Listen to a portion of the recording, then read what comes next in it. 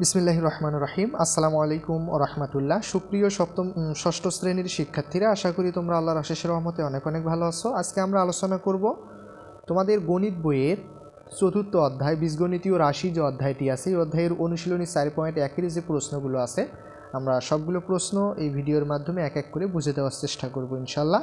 তোমরা অবশ্যই ভিডিওটি মনোযোগ সহকারে দেখতে থাকো। ভিডিওটি একটু লং হবে, আর যাতে বেশি লং না হয় এ কারণে আমরা অ্যান্সারগুলো এখানে লিখে রেখেছি, আমরা জাস্ট তোমাদেরকে বুঝিয়ে দেব। আর ভিডিওটি যদি ভালো লাগে অবশ্যই তোমরা তোমাদের বন্ধুদের মাঝে শেয়ার করবা। আশা করি তোমাদের ভিডিওটি অবশ্যই ভালো লাগবে। তো দেখো, অনুশীলনীর প্রশ্ন সমাধান, অনুশীলনী 4.1-এর যে প্রশ্নগুলো আছে, তো আমাদের 1 নম্বরে বলা আছে যে নিচের বীজগণিতীয় রাশি দ্বারা কি বোঝায়। আমাদেরকে একের কিছু প্রশ্ন দেওয়া আছে, এই বীজগণিতীয় রাশিগুলো দ্বারা কি বোঝায় আমরা সেটা দেখব। তো 1 নম্বরে দেওয়া আছে 9x। তো 9x আসলে কি বোঝায় দেখেন, 9x হচ্ছে 9 গুণন x বা x গুণন 9। 9xকে লেখা যায়, যেহেতু 9x-এর মাঝে কোনো চিহ্ন নাই, তো কোনো চিহ্ন যদি না থাকে তাহলে আমরা বলতে পারি অবশ্যই গুণন চিহ্ন আছে। তাহলে 9 গুণন x, অথবা আমরা লিখতে পারি x গুণন 9, অর্থাৎ x এর 9 গুণ। 9x দ্বারা তাহলে কি বোঝাচ্ছে, x এর 9 গুণ বোঝাচ্ছে। এরপরে হচ্ছে 2 নম্বরে দেওয়া আছে কি 5x প্লাস 3। তাহলে 5x প্লাস 3 দ্বারা কি বোঝায়, 5x প্লাস 3 হচ্ছে, দেখেন প্রথমত একটা 5x আর একটা হলো 3, তাহলে x এর 5 গুণের সাথে 3 যোগ। 5x দ্বারা বোঝাচ্ছে হচ্ছে x এর 5 গুণ, আর প্লাস 3 দ্বারা বোঝাচ্ছে 5 গুণের সাথে 3 যোগ, অর্থাৎ x এর 5 গুণের সাথে 3 যোগ।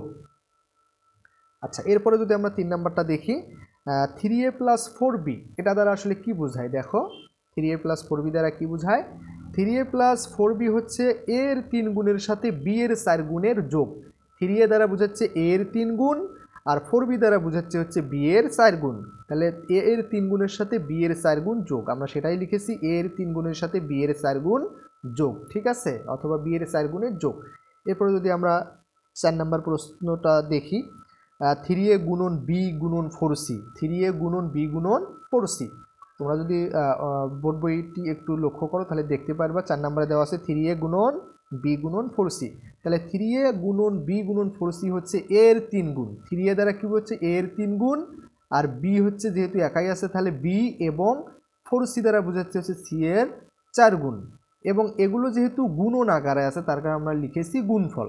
তাহলে a এর 3 গুণ, b c এর 4 গুণ, 4 গুণের গুণফল, ঠিক আছে, যেহেতু গুণন আকারে আছে।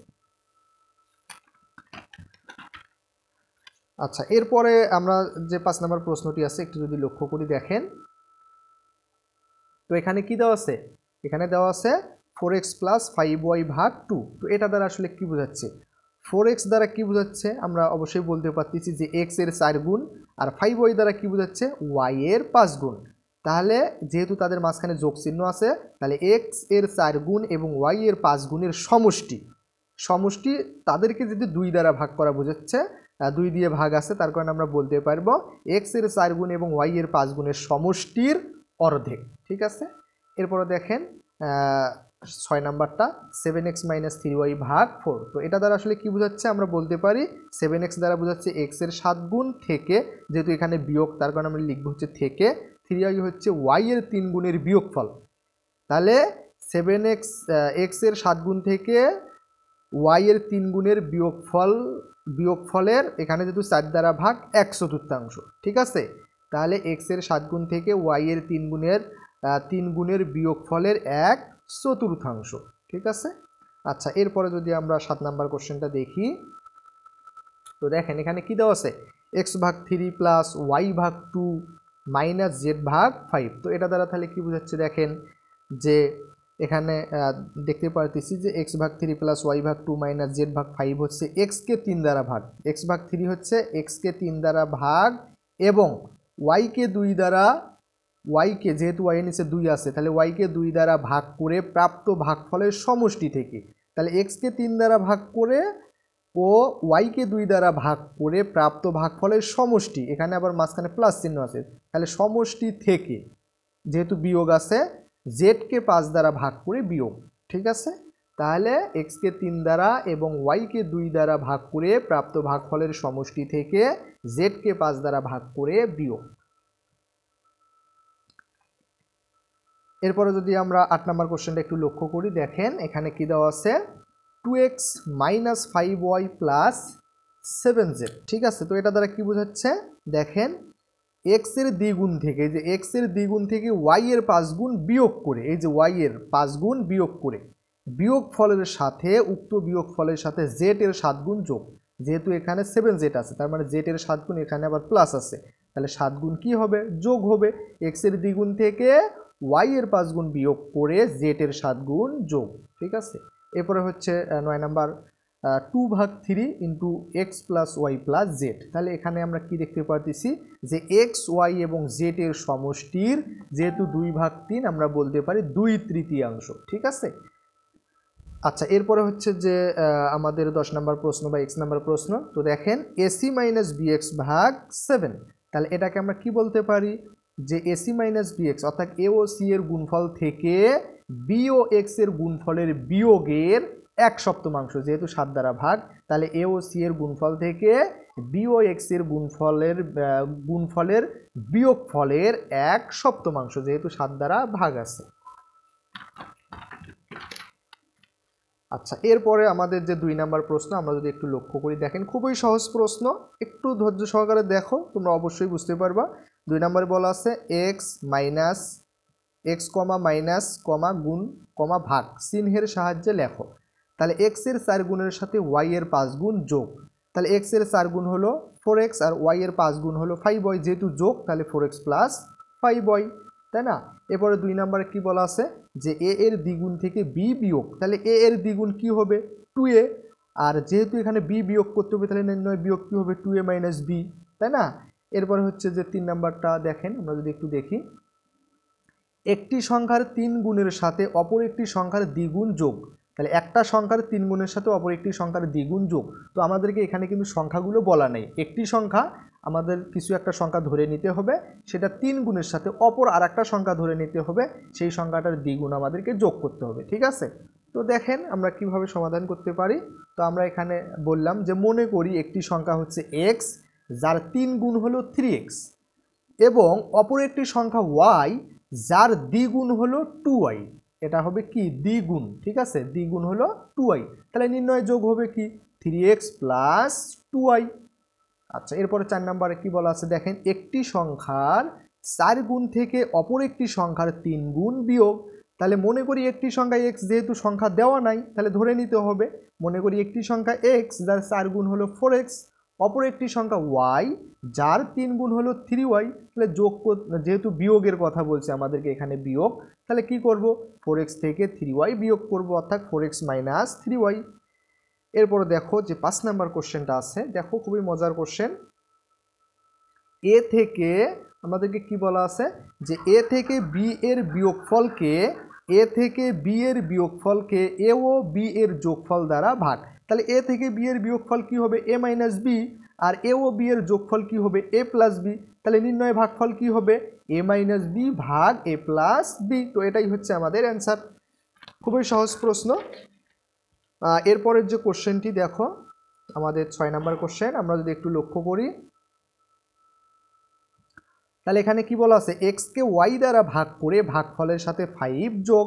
তাহলে এক্স কে ওয়াই দ্বারা ভাগ করলে ভাগফল কি হবে এক্স ভাগ ওয়াই, আর তার সাথে যেহেতু 5 যোগ করতে হবে তাহলে নির্ণয় যোগ কি হবে এক্স ভাগ ওয়াই প্লাস 5, এই যে ভাগফলের সাথে 5 যোগ।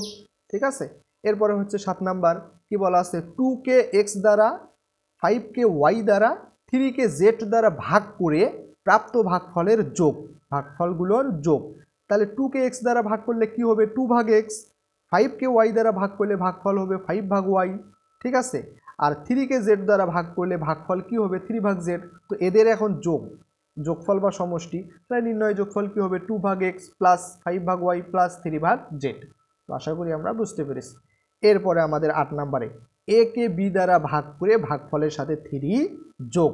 এ কে বি দ্বারা ভাগ করব, সেই ভাগফলের সাথে আমরা কি করব এ কে বি দ্বারা ভাগ করে ভাগফলের সাথে 3 যোগ করব। তো দেখেন এ কে বি দ্বারা ভাগ করলে কি হবে এ ভাগ বি, এ কে বি দ্বারা ভাগ করলে প্রাপ্ত ভাগফল হলো এ ভাগ বি, আর তার সাথে 3 যোগ করতে হবে, তাহলে নির্ণয় যোগ কি হবে এ ভাগ বি প্লাস 3।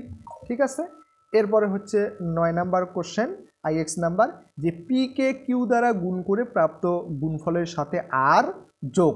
তাহলে পি কে কিউ দ্বারা গুণ করলে গুণফল কি হবে? পি কিউ, আর তার সাথে যেহেতু আর যোগ করতে হবে তাহলে নির্ণয় যোগ কি হবে? পি কিউ প্লাস আর।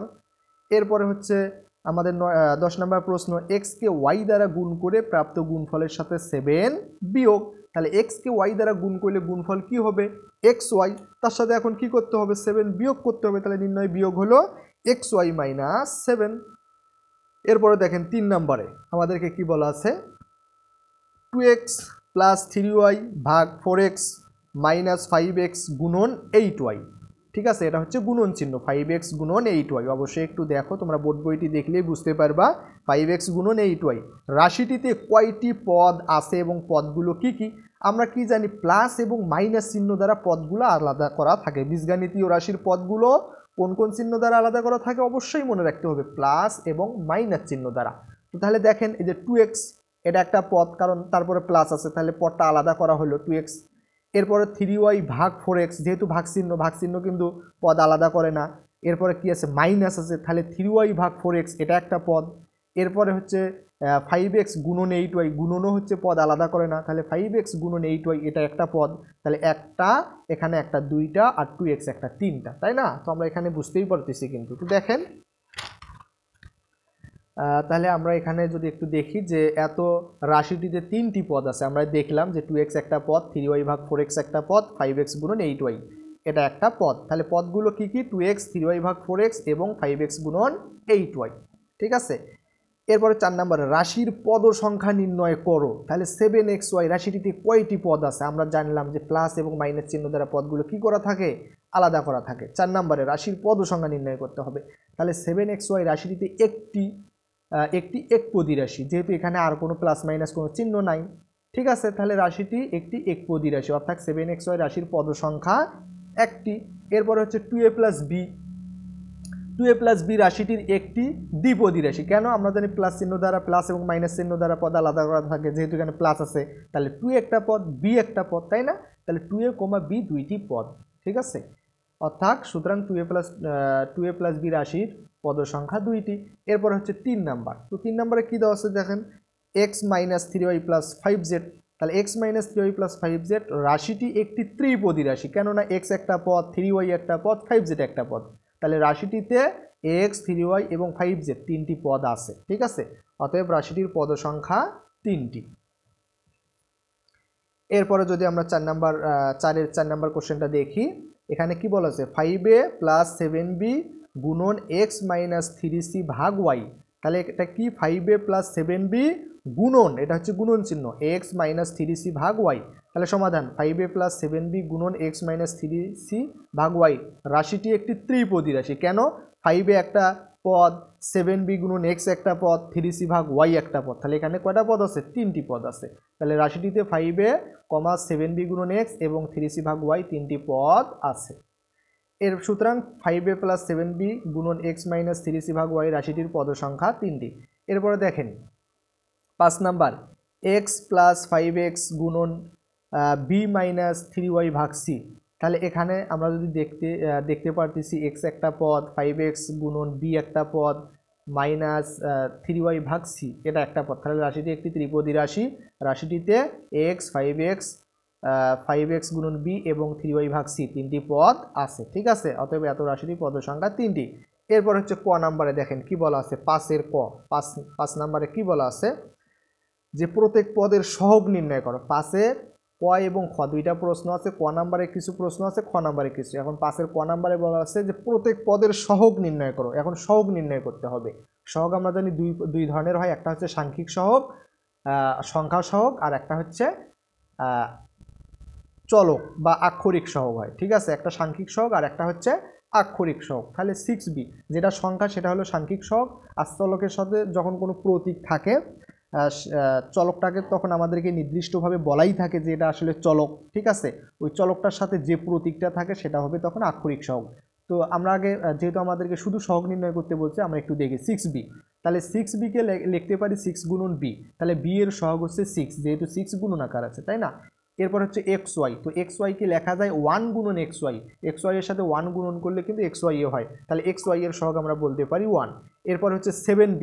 তাহলে 7b কে আমরা লিখতে পারি 7 গুণন ab, তাহলে ab এর সহগ আমরা বলতে পারি 7, ঠিক আছে। আচ্ছা, এরপরে হচ্ছে 4 নাম্বার iv 2x + 5ab, তাহলে এখানে আমরা দেখতে পারতেছি 2x একটা হচ্ছে পদ, তো এটাকে আমরা লিখতে পারি 2 গুণন x, অর্থাৎ x এর সহগ হচ্ছে 2। এরপরে হচ্ছে 5ab, 5ab কে আমরা লিখতে পারি 5 গুণন ab, তাহলে এখানে ab এর সহগ হচ্ছে 5। আচ্ছা, এরপরে দেখেন ভি নাম্বারটা 2x + 8y, তো এখানে 2x + 8y, 2x কে লেখা যায় 2 গুণন x, অর্থাৎ x এর সহগ হচ্ছে 2।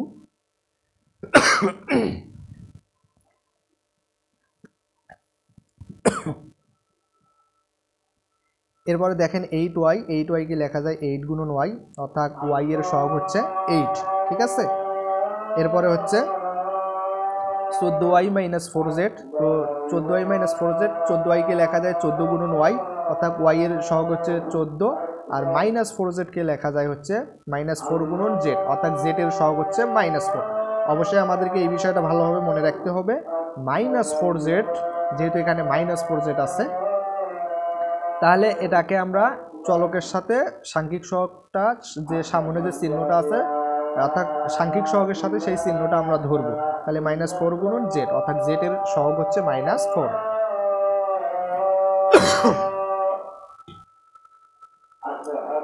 এরপর হচ্ছে 7 নাম্বার -12 xyz, ঠিক আছে, -12 xyz, তাহলে -12 xyz এটাকে লেখা যায় -12 গুণন xyz, অর্থাৎ xyz এর সহগ হচ্ছে -12, xyz এর সহগ কত? -12। এরপরে এখন খ নাম্বারে বলা হচ্ছে যে x এর আক্ষরিক সহগ নির্ণয় করো। আক্ষরিক সহগ হচ্ছে কি, যখন এক্সটাও তো চলক, তো এই চলকের সাথে আবার এরকম কোনো একটা প্রতীক থাকতে পারে, সেটা এক্স বাদে ওয়াই জেড, ঠিক আছে, এ বি সি ইত্যাদি যে কোনো একটা প্রতীক থাকতে পারে, তখন সেটা কি হবে? আক্ষরিক সহগ। তাহলে এক্স এর আক্ষরিক সহগ, শুধু এক্স এর আক্ষরিক সহগ নির্ণয় করতে হবে। তাহলে এ এক্স, তাহলে দেখেন এ এক্স কে লেখা যায় এ গুণন এক্স, অর্থাৎ এক্স এর সহগ হচ্ছে এ অথবা আক্ষরিক সহগ এ। এরপরে হচ্ছে ax + 3, তাহলে দেখেন যেহেতু এক্স এর সাথে যেটা আছে আমরা শুধু সেটা দেখব, তাহলে ax কে আমরা কি লিখতে পারি? x এর সহগ হচ্ছে a আমরা বলতে পারি, কারণ ax কে আমরা a গুণন x লিখতে পারি, তাহলে x এর আক্ষরিক সহগ হচ্ছে a। এরপর হচ্ছে ax + bz, তাহলে আমরা শুধু এক্সটা ধরবো, ঠিক আছে, বিজেডটা ধরবো না, যেহেতু আমাদেরকে শুরুতেই বলা ছিল এক্স এর আক্ষরিক সহগ নির্ণয় করো, তাহলে এক্স কে লেখা যায় এ গুণন এক্স, ঠিক আছে, অথবা আমরা এখান থেকে বলতেই পারি যে এক্স এর সহগ হচ্ছে এ অথবা আক্ষরিক সহগ এ। এরপর হচ্ছে পি এক্স ওয়াই, তাহলে পি এক্স ওয়াই কে লেখা যায় পি ওয়াই গুণন এক্স, অর্থাৎ এক্স এর সহগ হচ্ছে পি ওয়াই, যেহেতু এক্স এর আক্ষরিক সহগ বের করতে বলছে। এখন 6 নম্বরে কি বলা আছে দেখেন, যে একটি কলমের দাম এক্স টাকা, কার দাম এক্স টাকা? একটি কলমের দাম এক্স টাকা, ও একটি বইয়ের দাম ওয়াই টাকা। কার দাম ওয়াই টাকা? একটা বইয়ের দাম ওয়াই টাকা হলে নিচের রাশিগুলো দ্বারা কি বোঝানো হয়েছে তা লেখো। তো দেখেন আমরা যদি একটু দেখতে থাকি, তাহলে আমাদেরকে 1 নম্বরে বলা আছে 3y, তাহলে 3y দ্বারা কি বোঝানো হচ্ছে বুঝতেই পারতেছি, 3y হলো 3টি বইয়ের দাম, যেহেতু y দ্বারা বই বোঝানো হয়েছে, তাহলে 3y কি হবে? 3টি বইয়ের দাম। 7x দ্বারা তাহলে কি বোঝাবে? 2 নম্বরে 7x, তাহলে 7x হলো 60টি কলমের দাম, কারণ x হচ্ছে কি একটি কলমের দাম, তাহলে 7x হলো 60টি কলমের দাম। এরপর হচ্ছে x + 9y, এটা দ্বারা তাহলে কি বোঝাবে? x হচ্ছে কলম, y হচ্ছে বই, তাহলে আমরা কি বলতে পারি? একটি কলম ও 9টি বইয়ের দামের সমষ্টি। x হলো একটি কলম, 9y হলো 9টি বই, তাহলে একটি কলম ও 9টি বইয়ের দামের, যেহেতু মাঝখানে যোগ চিহ্ন আছে, সমষ্টি, ঠিক আছে। এরপর হচ্ছে 5x + 8y, এটা দ্বারা তাহলে কি বোঝাবে? তাহলে 5টি কলম ও 8টি বইয়ের দামের সমষ্টি। 5x হলো 5টি কলম, 8y হলো 8টি বই, তাদের সমষ্টি, যেহেতু যোগ চিহ্ন আছে। এরপরে হচ্ছে 5 নাম্বার 6y + 3x, তো এটাকে আমরা বলতে পারি কি 6y হলো কি 6টি বই, আর 3x হলো 3টি কলমের দাম, যেহেতু মাঝখানে প্লাস, তাদের সমষ্টি। এরপর 7 নাম্বার দেখেন, একটি খাতার দাম x টাকা, একটি পেন্সিলের দাম y টাকা এবং একটি রাবারের দাম z টাকা। তাহলে খাতার দাম কি টাকা? x টাকা, পেন্সিলের দাম হচ্ছে y টাকা, আর রাবারের দাম হলো z টাকা হলে এখন বলা হচ্ছে 5টি খাতা ও 6টি পেন্সিলের মোট দাম কত? এটা হচ্ছে 1 নম্বরে বলা হচ্ছে। তো দেখেন তো তাহলে আমরা 5টি খাতার দাম কি পাবো 5x টাকা। একটা খাতার দাম যদি x টাকা হয় তাহলে 5টি খাতার দাম হবে 5x টাকা। আর একটা পেন্সিলের দাম যদি y টাকা হয় তাহলে 6টা পেন্সিলের দাম কত হবে 6y টাকা। এরপরে হচ্ছে 5টি, তাহলে আমরা বলতে পারি 5টি খাতা ও 6টি পেন্সিলের মোট দাম 5x হলো 5টি খাতা আর 6y হলো 6টি পেন্সিল, যেহেতু মোট মাঝখানে প্লাস চিহ্ন, তাহলে এত টাকা। এখন 2 নম্বরে বলা আছে কি 8টি পেন্সিলের ও 3টি রাবারের মোট দাম কত। 8টি পেন্সিল আর হলো 3টি রাবারের মোট দাম কত। তো দেখেন 8টি পেন্সিলের দাম কত হবে 8y। একটা পেন্সিলের দাম যদি y টাকা হয় তাহলে 8টার দাম হবে 8y টাকা। এবং 3টি রাবারের দাম, একটা রাবারের দাম যদি z টাকা হয় তাহলে 3টি রাবারের দাম হবে 3z টাকা। তাহলে 8টি পেন্সিল ও 3টি রাবারের মোট দাম কত হবে 8y প্লাস 3z টাকা। ঠিক আছে। এরপরে 3 নম্বরে 10টি খাতা 5টি পেন্সিল ও 2টি রাবারের মোট দাম কত। তাহলে 10টি খাতার দাম কত হবে 10x টাকা, কারণ একটা খাতার দাম x টাকা, তাহলে 10টার দাম 10x টাকা। 5টি পেন্সিলের দাম 5y, কারণ একটা পেন্সিলের দাম y টাকা, তাহলে 5টার দাম 5y টাকা। এবং 2টি রাবারের দাম 2z, কারণ একটা রাবারের দাম z টাকা হলে 2টার দাম হলে একটার দামকে 2 দ্বারা গুণ করতে হবে, তাহলে 2z টাকা। এখন দেখেন 10টি খাতা 5টি পেন্সিল ও 2টি রাবারের মোট দাম কত হবে আমরা যদি একটু দেখি। দেখেন তাহলে 10x plus 5y plus 2z টাকা। ঠিক আছে। আচ্ছা, এরপরে দেখেন খ নাম্বারে এখন কি বলছে, এক হালি কলার দাম x টাকা হলে, এক হালি কলার দাম x টাকা হলে তাহলে 5টি কলার দাম কত। আচ্ছা দেখেন এটা আমাদের হচ্ছে 5 হালি হবে, এখানে একটু লিখতে ভুল হয়েছে, 5টি হবে না, এখানে হবে আমাদের কি 5 হালি। ঠিক আছে, আমরা এটা অবশ্যই একটু ঠিক করে নেব। তাহলে এখানে আমাদের কি হবে 5টি না 5 হালি, 5 হালি। ঠিক আছে। তো দেখেন তাহলে এক হালি কলার দাম x টাকা হলে 5 হালি কলার দাম কত। তাহলে এই যে দেখেন এখানে আমরা 5 হালি লিখেছি, তাহলে 5 হালি কলার দাম কত হবে 5x টাকা। যেহেতু এক হালি কলার দাম x টাকা, তাহলে এক হালি কলার দামকে 5 দ্বারা গুণ করলে 5 হালি কলার দাম বের হবে, তাহলে 5x টাকা। ঠিক আছে। এরপরে 2 নম্বরে কি বলছে 12টি কলার দাম কত। এখন 12টি কলার দাম বের করতে হবে। তো দেখেন এক হালি কলার দাম আমাদেরকে দেওয়া আছে x টাকা, আর x টাকা মানে 4টি, এক হালি কলা সমান আমরা কি জানি 4টি কলা, তাই না। তাহলে 4টি কলার দাম x টাকা, এক হালি মানে 4টি, তাহলে এক হালি কলার দাম x টাকা হলে 4টি কলার দামও কত হবে x টাকা। তাহলে 4টি কলার দাম যদি x টাকা হয়, বলেন তো একটি কলার দাম কত হবে। অবশ্যই কম হবে, এ কারণে x কে 4 দ্বারা ভাগ করতে হবে। 4টার দাম যদি x টাকা হয় তাহলে একটার দাম কমবে, তার কারণে এই মোট যে দামটা আছে x টাকা সেটাকে যেহেতু 4টি কলা 4 দ্বারা ভাগ করলে আমরা একটা কলার দাম পেয়ে যাব। ঠিক আছে। এখন আমাদেরকে বলছে 12টি কলারের দাম কত, তাহলে x ভাগ 4 এটা হলে একটা কলার দাম। তো এটাকে যদি আমরা 12 দ্বারা গুণ করি তাহলে কিন্তু আমরা 12টি কলার দাম পাবো। অতএব 12টি কলার দাম কত হবে, x কে 12 দ্বারা গুণ করলে 12x ডিভাইডেড বাই 4। গুণন মানে কি 12 দ্বারা গুণ করা মানে উপরে লবের সাথে গুণ করা বোঝাচ্ছে, কিন্তু এখানে হরের সাথে গুণ হবে না, সব সময় লবের সাথে গুণ হবে। তার কারণে 12x ভাগ 4 টাকা, বা এখানে যদি আমরা 12কে 4 দ্বারা কাটি তাহলে 3 পাই, তাহলে 3x টাকাও বলতে পারি। ঠিক আছে। এরপরে হচ্ছে 8 নাম্বার, এখানে কি বলছে সঠিক উত্তরটি খাতায় লেখো। ঠিক আছে। 8 নম্বরে আমাদেরকে বলা হচ্ছে যে সঠিক উত্তরটি খাতায় লেখো। তো আমরা এখানে 1 নাম্বার প্রশ্নটা আগে দেখি, যে এখানে বলা আছে যে x এর দ্বিগুণ থেকে 5 বিয়োগ করলে নিচের কোনটি হবে। তাহলে কি করতে হবে, x এর দ্বিগুণ কি হবে বলেন তো 2x হবে, সেখান থেকে 5 বিয়োগ করলে নিচের কোনটি হবে। এখানে আমাদেরকে 4টা অপশন দেওয়া আছে। তাহলে x এর দ্বিগুণ কি হবে 2x, আর x এর দ্বিগুণ থেকে 5 বিয়োগ মানে 2x - 5। তো আমরা খ নং যে অপশন আছে সেখানে দেখতে পাচ্ছি 2x - 5, অর্থাৎ এটা হবে আমাদের একের অ্যান্সার। ঠিক আছে। এরপরে যদি আমরা 2 নাম্বার প্রশ্নটা দেখি, তো দেখেন 2 নম্বরে কি বলেছে a এর 3 গুণের সাথে x এর y গুণ যোগ করলে নিচের কোনটি হবে। তাহলে a এর 3 গুণ কি হবে বলেন 3a, তার সাথে x এর y গুণ যোগ করলে x এর y গুণ, তাহলে x এর y গুণ মানে কি xy, যেহেতু যোগ তাহলে 3a প্লাস xy। তো আমরা যদি একটু দেখি, দেখেন a এর 3 গুণ কি হবে 3a, আর x এর y গুণ কি হবে xy, তাহলে নির্ণয়ের যোগফল কি হবে 3a প্লাস xy হবে, তাই না। তো এখানে আমাদের অপশনগুলোর ভিতরে কোনটা আছে দেখেন তো 3a প্লাস xy, ক নাম্বারে আছে 3a প্লাস xy, তো এটাই হবে আমাদের অ্যান্সার। এরপরে আমরা এখন দেখব হচ্ছে 3 নাম্বারটা। তো দেখেন 3 নম্বরে কি বলা হচ্ছে যে এ এবং সি এর গুণফল থেকে বি এবং এক্স এর গুণফল বিয়োগ করলে নিচের কোনটি হবে?